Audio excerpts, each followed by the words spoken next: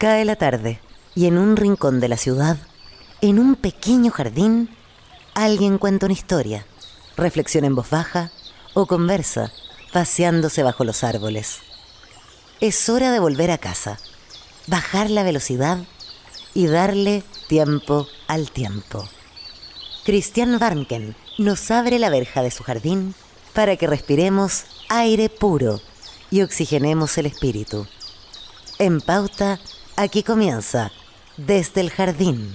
Una presentación de Grupo Educar, construyendo el futuro de la educación técnico-profesional en Chile. Lo esencial de toda exploración será volver al propio jardín y ver las cosas por primera vez, decía el poeta T.S. Eliot. Y escuchar las cosas por primera vez, como por ejemplo escuchar este sonido maravilloso de las bandurrias y también de los queltehues que merodean en los jardines sureños. Muy buenas tardes, querido radiovidente. Un saludo especial a los que nos escuchan y nos ven en Antofagasta, a los que nos siguen en la quinta región, Valparaíso y Viña del Mar, también en la región metropolitana y desde luego con mucho afecto especial, no porque sea barrero, a los sureños que nos pueden escuchar en Temuco y también en la austral Punta Arenas. Fíjense ustedes que hoy día es jueves 6 de noviembre.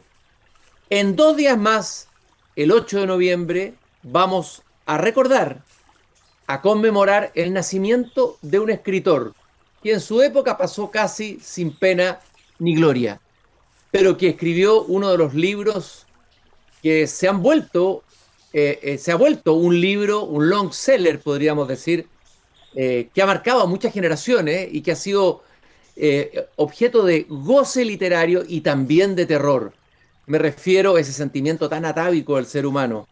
Me refiero a Bram Stoker, padre de Drácula. Bram Stoker nacía el 8 de noviembre de 1847, muy cerca de la ciudad de Dublín.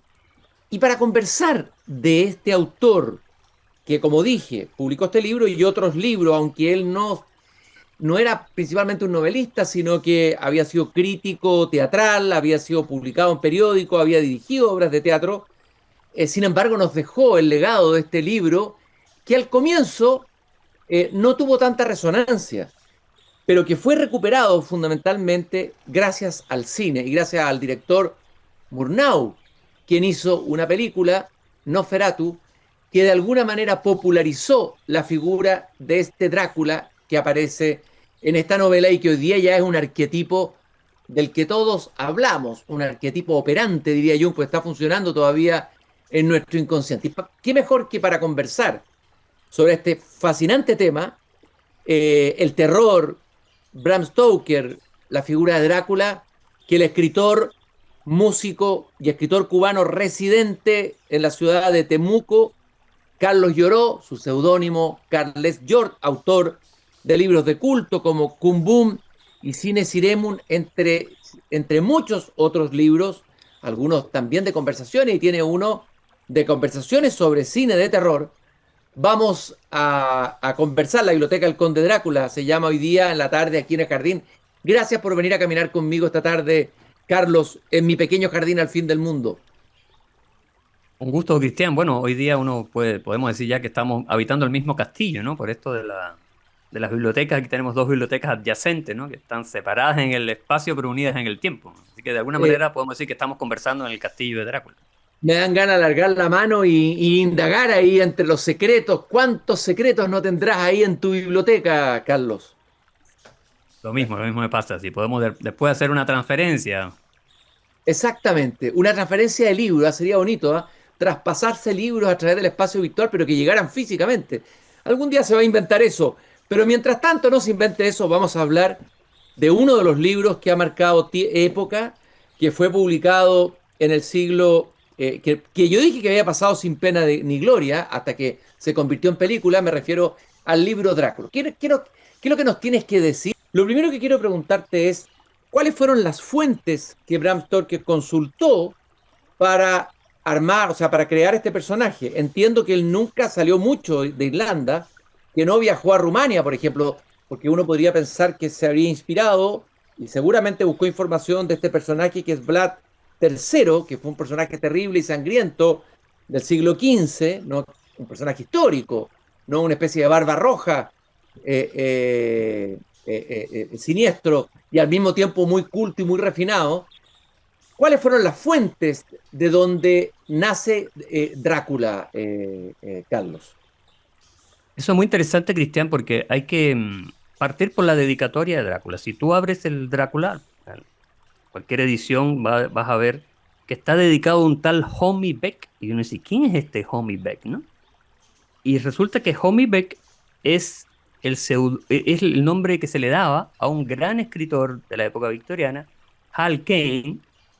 Homie Beck en el dialecto de la isla de Man, que era donde él vivía, significa el pequeño Tommy, ¿no? ¿Y por qué le dedica Stoker el Drácula a este personaje? Y además con la dedicatoria tan cariñosa, Homie Beck.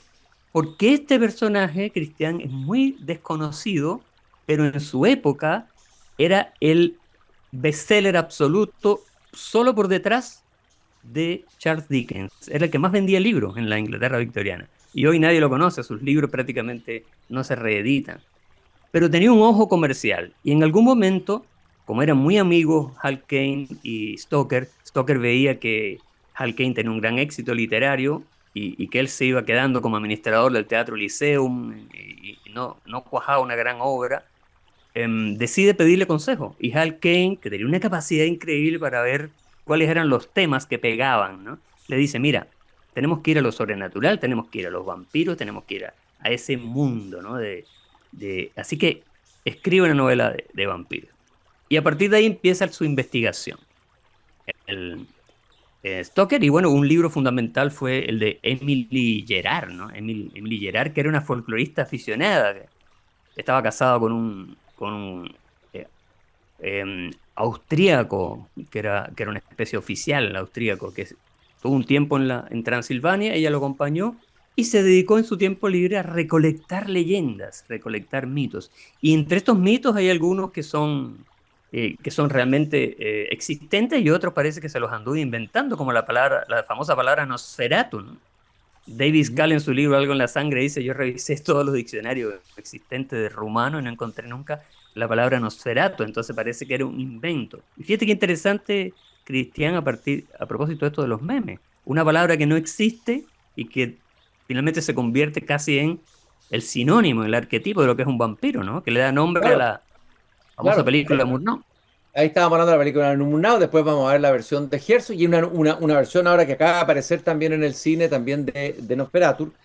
Y la palabra Drácula también es una palabra, por decirlo así en ese momento, nueva.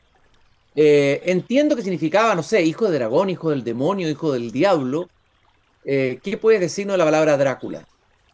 Sí, bueno, viene de Dracul, ¿no? Que significaba dragón, creo que en rumano antiguo, pero era una palabra que esa palabra tiene como más justificación está en varios libros, en varias recopilaciones.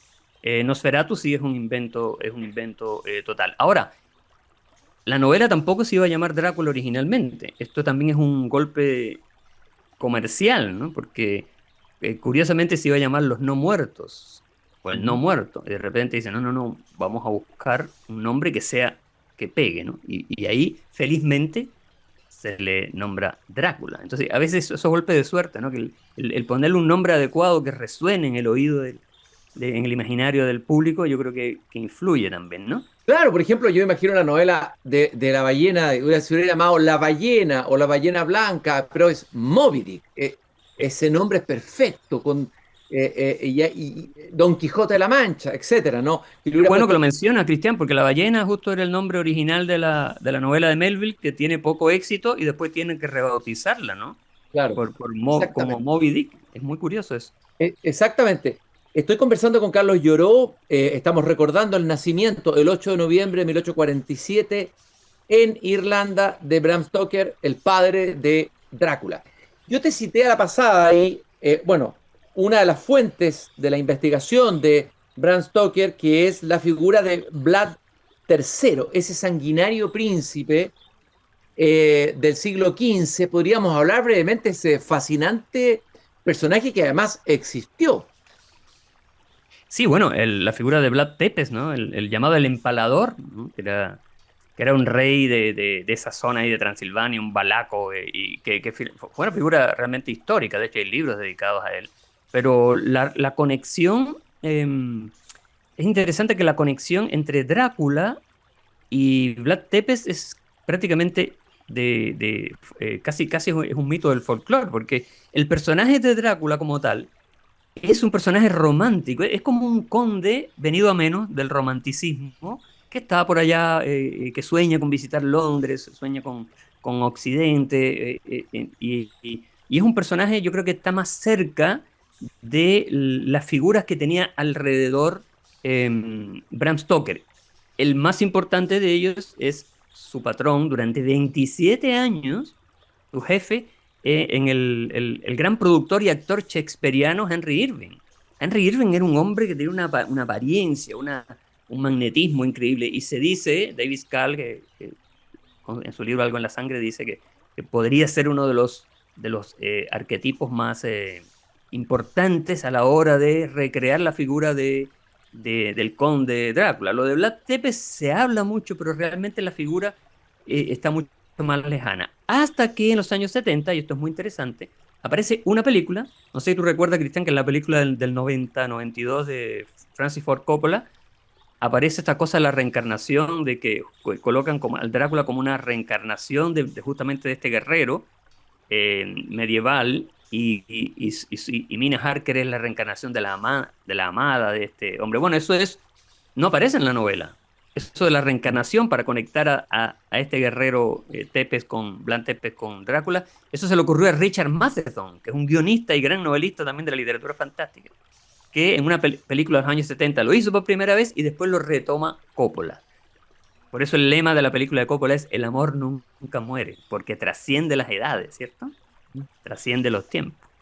Oye, Carlos, tú hablaste de este momento victoriano, esta época victoriana en donde surge una serie de personajes, novelas, Frankenstein, etcétera, Mr. Jekyll and Mr. Hyde, monstruos, vampiros, etcétera. Qué interesante, porque sería bueno que señalaras cuál es la característica esencial de una época victoriana, una época de represión del cuerpo, de represión de lo sexual, de represión moralista más puritana, pero que produce, y esa es la tesis que tienen algunos, que las grandes épocas de represión obligan a ser más creativos y a crear literatura más imaginativa que pueda dar cauce a aquellas cosas que están reprimidas. ¿Cómo lo ves tú? Esta relación de que Drácula haya nacido justo en ese momento victoriano. Y al final de la época victoriana, es decir, cuando todos estos monstruos ya de alguna manera habían madurado, ¿no? Es interesante la doble faz, lo de Jekyll y Hyde, ¿no? Dorian Gray también tiene esta doble faz, ¿no? El Dorian Gray y su retrato, ¿no? Entonces, es interesante cómo en esta dualidad, el Imperio Británico, por un lado, el taller del mundo, así se lo llamaba, porque ahí florece básicamente la revolución industrial en todo su apogeo, y los británicos empiezan a hacerse adictos a importar toda clase de rarezas, ¿no? Recordemos que la gran actriz Sarah Bernhardt se acostaba en un ataúd y hacía que le sacaran fotos y vendía esas fotos como publicidad de sus obras teatrales, acostada en un ataúd. Había un comercio en la serie Penny Dreadful, se ve que había un comercio de fotografía de mujeres muertas, por ejemplo. Estas cosas estaba ya John Merrick, El hombre elefante. David Lynch es un clásico del cine sobre esta figura, ¿no? Un hombre con malformaciones óseas, que es visto como un personaje de circo. Entonces, esto de lo más bizarro y lo más puritano, como dos caras de la misma moneda, es una característica esencial de la época victoriana. Es decir, todo tiene su reverso. El mismo Robert Louis Stevenson, que siendo escocés, él ambienta su Jekyll y Hyde en Londres, pero siempre hablaba de la Edimburgo secreta, de la Edimburgo subterránea y la Edimburgo diurna, ¿no? Estas ciudades tan antiguas van creando como ese doble, ese gemelo oscuro que está como sumergido en las profundidades, ¿no? Carlos, desde el punto de vista literario, ¿cómo lees tú, y tú como lector, en tus relecturas de Drácula, qué es lo que encuentras hoy? Uno tiene una primera lectura de ese cuando es más joven, después la vuelve a leer de nuevo y empieza a descubrir tal vez otras dimensiones de la novela. ¿Qué es lo que tú encuentras en la novela de Drácula que valga la pena compartir con quienes nos están escuchando? Es una novela fascinante que hay que ver que es una novela muy desigual también. Casi todos los críticos dicen que sus 100 primeras páginas es una maravilla y después entra como una especie de letargo, de puritanismo así excesivo, de moralina. Eso tiene, Cristian, sus razones históricas, porque cuando está escribiendo el Drácula, justo es el proceso contra Oscar Wilde. Y el proceso contra Oscar Wilde, en el juicio, varias de las acusaciones contra Oscar Wilde se, se emiten con el retrato, con la novela Retrato de Dorian Gray en mano, leyendo pasajes de Dorian Gray, primera vez en la historia de la literatura que una obra de ficción se utiliza como prueba para incriminar a una persona. Se dice que Bram Stoker tenía planificado, él era muy cuidadoso en su planificación, de hecho las notas sobre la escritura de Drácula se guardan en una biblioteca en Filadelfia. Él observó todo lo que está pasando con Oscar Wilde, que además fue su amigo mucho tiempo. De hecho, él se casó con Florence Malcolm, que era la antigua amante de Oscar Wilde. Y él dice, si a Oscar Wilde lo llevan a prisión por Dorian Gray, ¿qué pasará con mi Drácula si yo tenía planificado que cuando Drácula llegue a Londres desestabilizara de alguna manera el orden victoriano, ¿no? Drácula iba a llegar ahí a dejarla grande, como diríamos un buen chileno, ¿no? ¿Y qué pasa en la novela? Que desaparece Drácula en la parte central. Y uno dice, qué raro, pero si uno ve el contexto, uno se da cuenta de que el miedo que pudo haber sentido Stoker, que era además un hombre muy calculador, con un buen ojo para la administración, dijo, esto no me conviene, y voló toda esa parte, y se convirtió la parte central en una novela bastante anodina, aunque siempre salvada por la súbita aparición de uno de los personajes más interesantes, que es Van Helsing. Fíjate qué interesante en Drácula. Por un lado están todos estos personajes que cuidan y defienden el orden victoriano, ¿no? Mina Harker, Jonathan Harker, el Dr. Seward, todos estos personajes son Lucy Westenra. Y del otro lado Drácula, que es el que representa como el oscuro, ¿no? La parte oscura, como el subconsciente, como la sombra del orden victoriano. Y después aparece este personaje interesantísimo, que sin duda después de Drácula el personaje más central, que es Van Helsing, un médico holandés que, con un sentido del humor y del sarcasmo, que curiosamente yo creo que a través de Van Helsing Stoker representa o expone su punto de vista. Porque Van Helsing a lo largo de la novela da 6 disertaciones. Así como las novelas que están en el Quijote, ¿no? Las novelas dentro de la novela, da 6 disertaciones. Y una de esas disertaciones, la primera que da justamente, es una loa a la reina Risa. Es decir, está como de alguna manera invitando al lector a que se relaje y a que no se tome tan en serio lo que él está contando. La risa es fundamental, ¿no? Él era administrador del Lyceum y Henry Irving, su patrón, era un gran actor shakespeariano. La influencia de Shakespeare en Drácula no se ha comentado lo suficiente. Y lo más interesante para cerrar esto, Cristian, es que no hay narrador omnisciente en Drácula, es decir, no hay un punto de vista superior de un narrador. Todos los documentos que leemos son documentos de primera mano. Cartas, telegrama, el diario de navegación del barco en el que viaja Drácula a Londres. Hasta el maníaco zoófago Renfield tiene un cuadernito donde va anotando sus datos. El diario del Dr. Seward. Es decir, todos son documentos de primera mano. Eso se ha dicho que es una de las características más interesantes de Drácula. Que todo lo que uno está leyendo es el punto de vista de alguien. Entonces el lector siente de algún modo la emoción de que él es el único que que sabe todo lo que está pasando. Porque cada uno de los personajes sabe un pedacito de la historia nada más, ¿no? Entonces eso yo creo que es uno de los rasgos más modernos de Drácula. El hecho de que todos los personajes dan su punto de vista, a veces de una manera rabiosamente detallada, pero eso es parte también de los victorianos. Los victorianos, justamente esta represión de la que tú hablabas, para luchar contra esa censura, a veces escribían cartas larguísimas, de 40, 50, 60 páginas.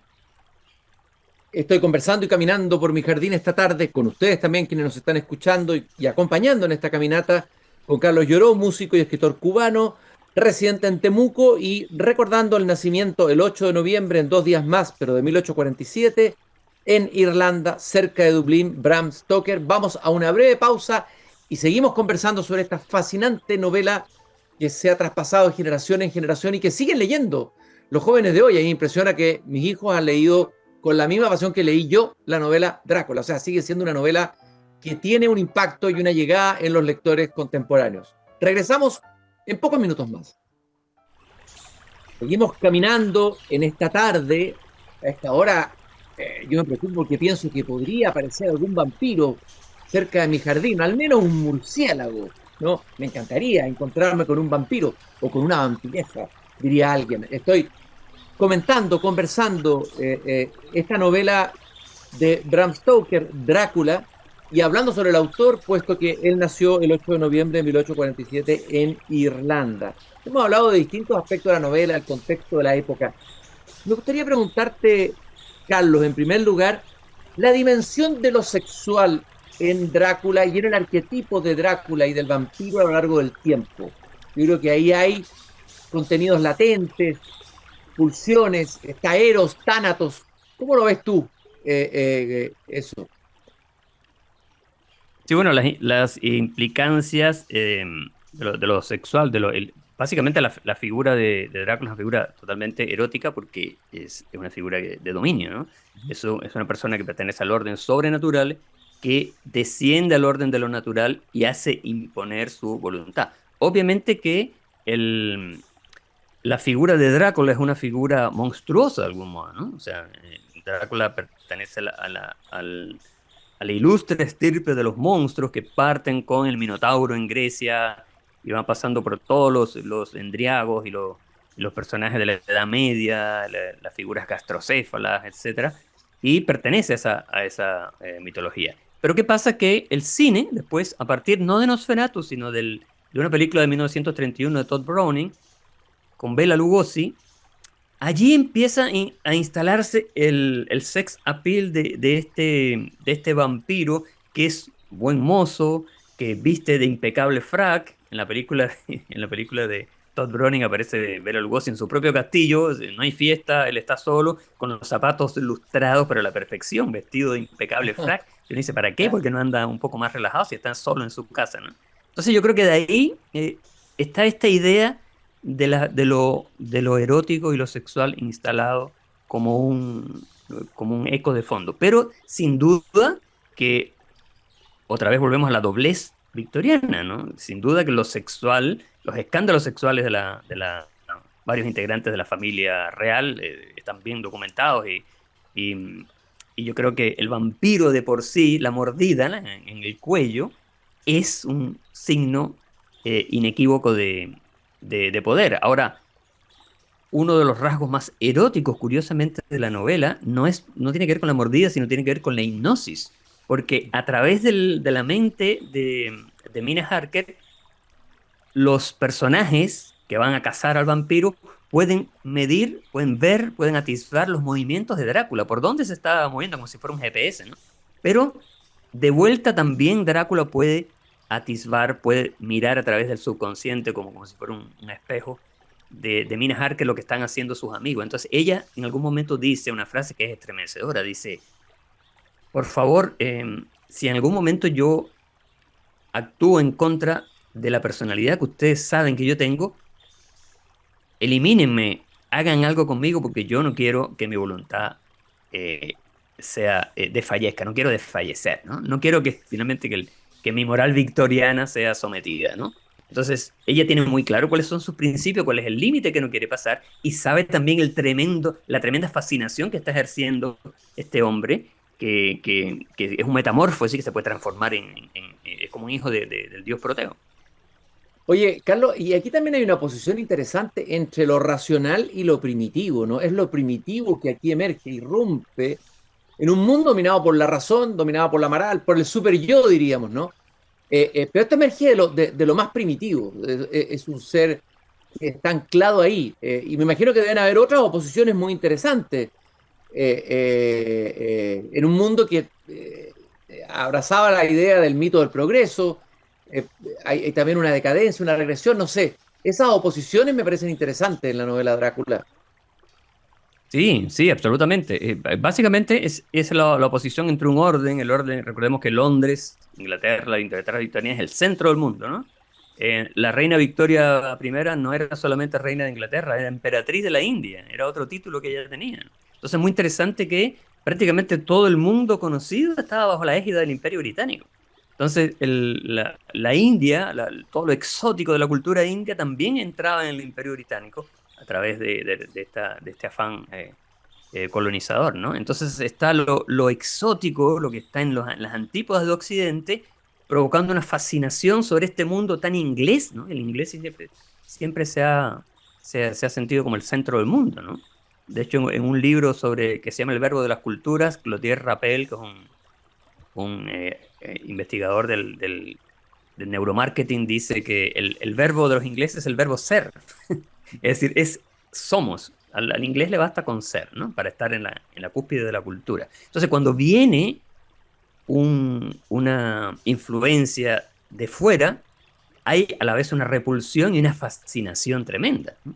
Entonces, por eso es que yo creo que esta cultura tan poderosa que es un imperio, se nutre, yo creo, para sobrevivir como una especie de anticuerpo de todas las extrañezas, ¿no? que ocurren en la periferia. Oye, Carlos, ¿y cómo, hablemos del personaje Drácula, ¿cómo está dibujado? ¿Cuáles son los rasgos que tú rescatarías como personaje literario? Bueno, hay una ley que yo la discutí un poco con el experto en cine fantástico Jaime Córdoba, que es un personaje con el cual escribimos este libro también, que además tiene una portada como de película de terror antigua, que es La Biblioteca del Conde Drácula. Estamos representados hoy los tres autores como monstruos. Y ¿Mm? Jaime Córdoba me decía algo que muy interesante, porque él es un gran filósofo, analista un poco de la psicología del monstruo. Y él me decía, mira, lo más importante psicológicamente en un libro o en una película de monstruos es que el monstruo aparezca lo menos posible. Sí, dibujarlo con unos pocos trazos. Y eso se cumple muy bien en Drácula, porque comienza la novela, Harker escapa del castillo. Durante las primeras 100 páginas de la novela, lo único que leemos es el diario de Jonathan Harker. Es decir, Jonathan Harker describe al conde Drácula de primera mano, ¿no? En la ¿Mm? página 101 se termina el diario, Harker logra escaparse y reaparece, fíjate qué curioso esto, 189 páginas después reaparece el diario de Harker, con las ¿Mm? palabras, creí que nunca más iba a escribir en este diario. Entonces, muy curioso. Y durante toda esa etapa central, Drácula, que en la primera parte había aparecido conversando, ¿no? con Harker, desaparece. Entonces yo creo que parte de la fascinación de este personaje es que aparece muy poco a lo largo de la novela. ¿Y qué sabemos de Muy él? ¿Cuáles son sus características psicológicas, interiores, sus intereses? ¿Cómo es él? ¿Quién es Drácula?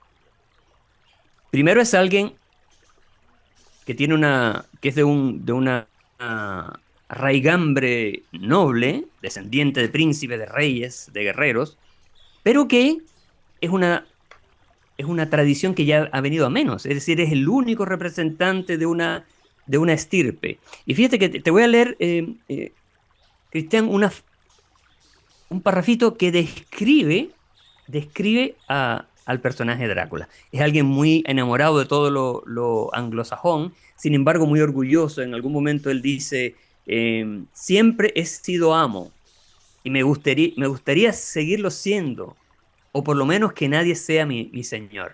Es decir, quiere mantenerse él siempre mandando, ¿no? Por eso cuando Harker le dice que tiene una abadía, que la casa que le consiguió en Londres es una abadía vieja, llena de leyendas y de historias, mira lo que dice Drácula. Me encanta que sea grande y antigua.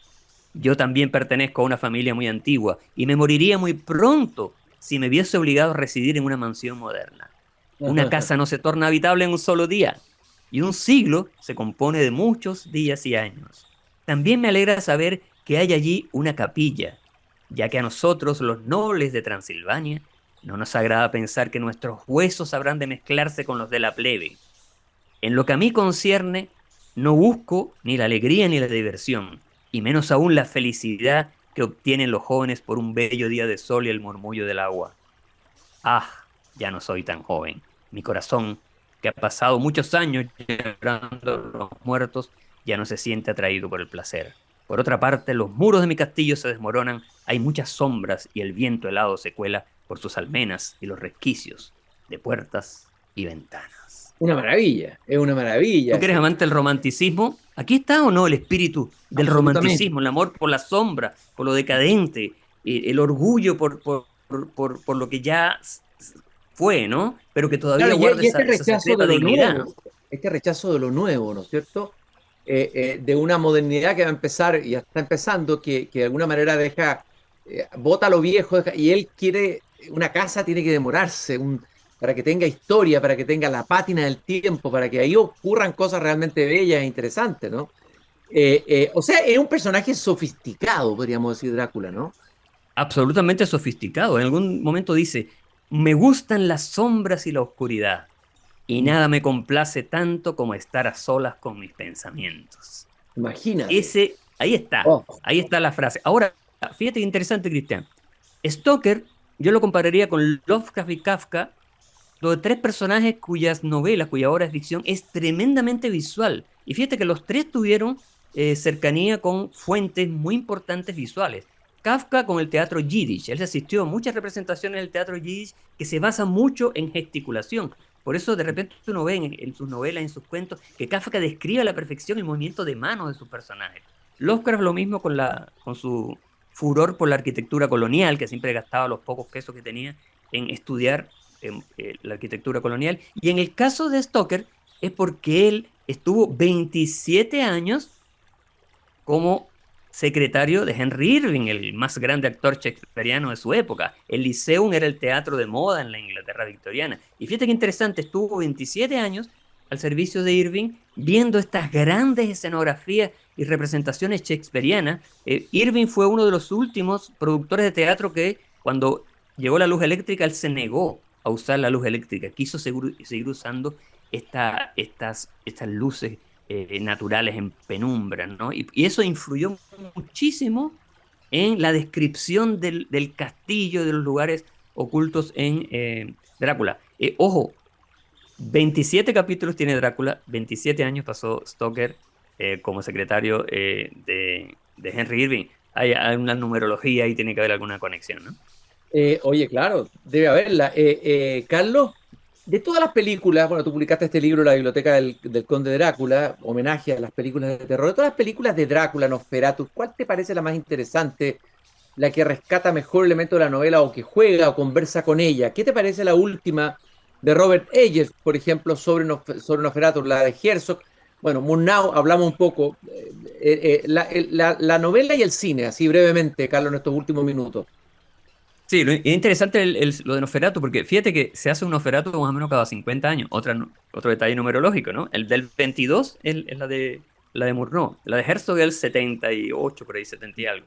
Y recién, 50 años después, tenemos la de Roger Eggers. Entonces, fíjate qué O sea, interesante. Drácula necesita resucitar y reaparecer cada 50 años, cada ciclo, ¿no? Y lo interesante es que usan el mismo guión las tres. Ujú.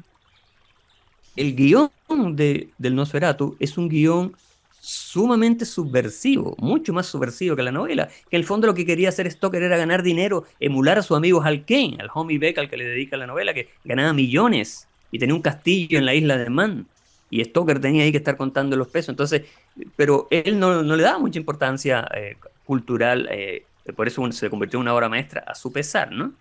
Pero las tres Nosferatu a mí me parece clave. Yo creo que son películas muy importantes porque trazan un hilo que tiene que ver con el hecho de que al final, si te fijas en las tres películas, la mujer, Mina, se sacrifica para que el orden social se mantenga incólume. Por esta historia que decía que si el vampiro lo sorprendía a la hora del gallo, en brazos de su amante, ese era su fin seguro. Entonces ella decide sacrificarse, decide seducir al monstruo, quedarse con él, y cuando empieza a amanecer, ahí el monstruo se destruye. Pero qué fuerte, Cristian, que la mujer se sacrifique para que todos estos zánganos que la rodean se Es bien mantengan. impresionante. Es bien, en es su bien fiesta, impresionante ¿no? ese final. Yo te quiero agradecer muchísimo, Carlos. Carlos Lloró aquí Desde el Jardín, músico y escritor cubano, autor de la Biblioteca El Conde Drácula y además autor de varias novelas de culto, como lo decíamos al comienzo, comentando, recordando la figura de Bram Stoker, padre de Drácula, que nació un 8 de noviembre de 1847, o sea, en 2 días más. En la invitación a todos los que nos están escuchando a volver a leer y a releer esta novela que se lee bastante bien y que además dice algo de nosotros, dice algo de nuestra sociedad, dice algo de nuestro inconsciente. Hay información valiosa en Drácula, no es solamente una novela de terror más. Muchas gracias, Carlos, fue un gusto haber conversado contigo aquí en Desde el Jardín. Ha sido un verdadero placer, Cristian, volver a visitar tu jardín. Muchas gracias. Y nosotros nos encontramos nuevamente mañana aquí a las 7:30, cuando no voy a abrir la verja del jardín mañana, sino que escuchemos los días viernes el podcast Tu Hipócrita Lector, que se estrena en Pauta a las 7:30 en el mismo horario de Desde el Jardín.